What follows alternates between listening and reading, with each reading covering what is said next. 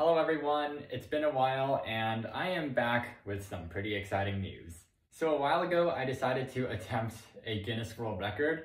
I was going for the title fastest time to solve a Rubik's Cube upside down, and I managed to achieve a time of 8.91 seconds.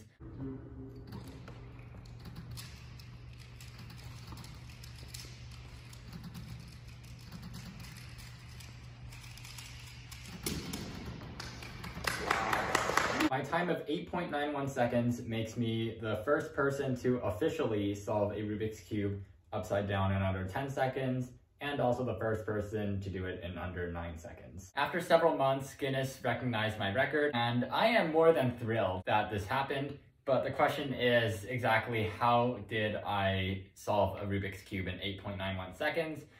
Well, that's basically what I'm going to be talking about today. Here are my two witnesses scrambling up the cube. There were also two timekeepers at my attempt, so shout out to everyone who made this attempt possible. And this is me trying to figure out a short algorithm for the scramble. The guidelines for this record attempt state that the two witnesses must scramble the cube at least 40 moves total, but any configuration on the Rubik's Cube can be reached in 20 moves. So as you can see at the top here, I found the algorithm for my scramble. The first thing that I noticed about the scramble was this white-blue edge. I also saw this white-green edge. So I decided that I would make a white cross, and I should have noticed this edge and this edge. I don't know if I actually did, and I don't know if I noticed this edge and this corner, especially when this corner was attached to this edge. I think I could have made a very efficient X cross, but considering I had absolutely no inspection, I sort of just did what I saw first, and that resulted in a slightly inefficient cross. I started off by moving this edge over to its opposite side so that I can move this edge down like that.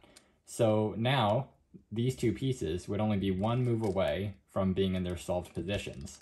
But I did not do that move. I actually turned these two edges the other way. That way when I do an L2, I can move this edge to be solved relative to these two pieces, as well as this corner being attached to this edge. Now, since this corner was here, I wanted to solve the edge that corresponded in terms of, well, the F2L pairs. So I inserted the edge in like that. So that way when I did a D2, I would have this entire block solved, and I would be left with this one cross piece.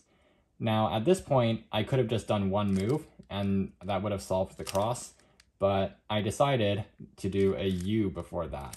And that's because I have this edge over here in this corner. So if I just did one move like that, then I would have to do that one move backwards again anyway, in order to pair these two up like that. So from this position, I just went like this, and that saved me from having to repair this up. In other words, I sort of just canceled into the second F2L pair. So I inserted that into the back, so now that was solved.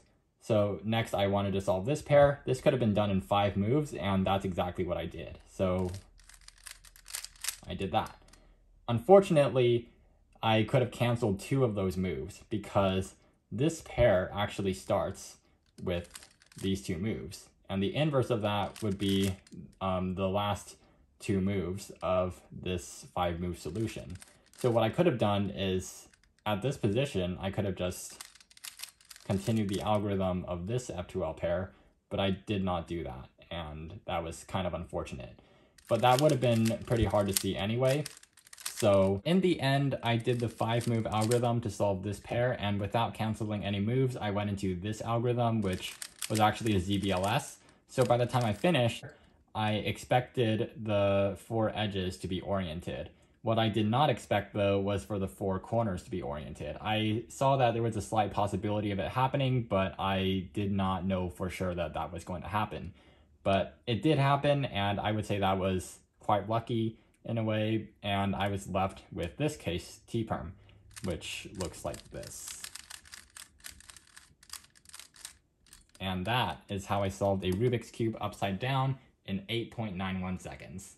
I hope you guys enjoyed this video. If you have any questions, feel free to comment. Make sure to check out Daily Puzzles. You can get 10% off your order by using the discount code ETHAN314. Thank you guys so much for watching, and I'll see you guys next time.